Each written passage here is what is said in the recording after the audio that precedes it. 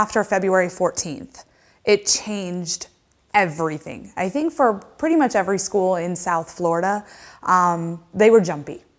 But I think that's to be expected. You know, they knew and they heard the news, the different stories that had come out about what happened at Stoneman Douglas. So when they heard the fire alarm, when it wasn't scheduled, they would jump. You could see them kind of go, what do I do now? I feel terrified. I always text, you know, my friends and make sure they're okay, and friends in other schools to let them know that I'm okay. You never really know, because in this world nowadays, because you don't know how, like, some people are weird these days, but you just have to be careful and cautious with whatever you do, and just to don't act too quickly and to like hesitate a little bit just to make sure it's safe. It's hard. I don't know what to say. I don't know what's going to make them feel better, and I don't know how to fix it. And I want to fix it, and I think that's the hardest part about it. I've been trying just to do my best just to be there to listen, but sometimes kids really want a response, and I don't have it for them all the time. I have a student currently, she was a victim in the shooting. She was shot in the leg, and when the fire alarm goes off, I don't know how to deal with it on occasion, just because I can see her sink into herself. And I have to be there to calm her down. So sometimes I don't have the right things to say, and that's really what bothers me the most.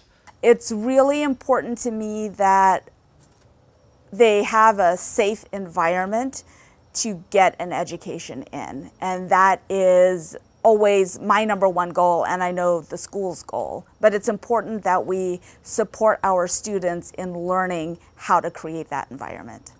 Kind of nerve-wracking to know that that could happen to you. And, you know, automatically the decisions of, well, what would you have done? What did you do?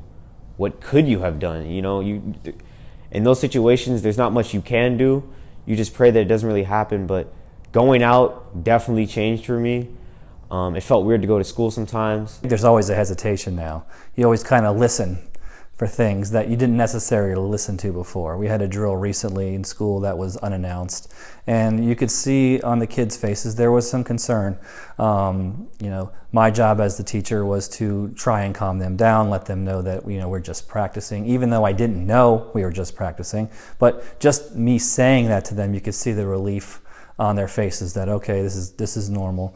But I think this is going to be the new normal. We're going to have to do these things now. We're going to have to always be mindful of our surroundings and who's coming and who's going and who's knocking at your door, and if the fire alarm goes off, or if, you know, we have a code red drill, thinking about the things that we're trained about, but also thinking and listening to your environment and what you know is going on. I never know if this is going to be the last school day I have with them, so I'm nicer. I mean, I was nice, but I'm nicer, and I'm closer with them, and I say, you know, my feelings to them quicker than I usually do. I need to make sure that my students know exactly what to do.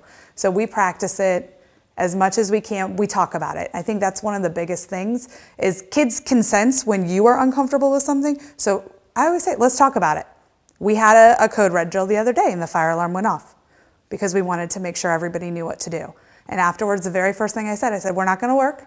We're going to talk about it now. Let's process exactly what happened. And giving them that opportunity to voice their concerns and share, what did we do good? What did we do wrong? What do you want to do next time?